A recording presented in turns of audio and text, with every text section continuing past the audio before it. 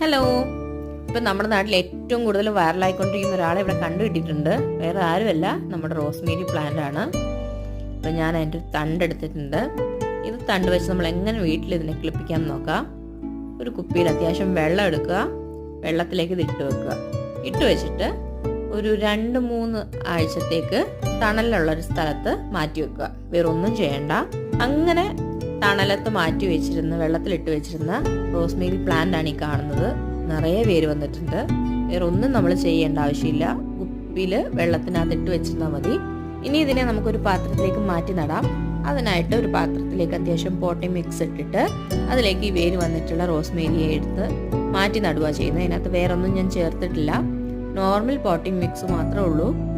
എന്നിട്ട് അത്യാവശ്യം വെള്ളം ഒഴിച്ചിട്ട് തണലത്ത് മാറ്റി വെക്കുക. ഇങ്ങനെ നമുക്ക് നല്ല ഹെൽത്തി ആയിട്ടൊരു റോസ്മേരി പ്ലാന്റിനെ വീട്ടിൽ തന്നെ വളർത്തിയെടുക്കാൻ പറ്റും. Thank you.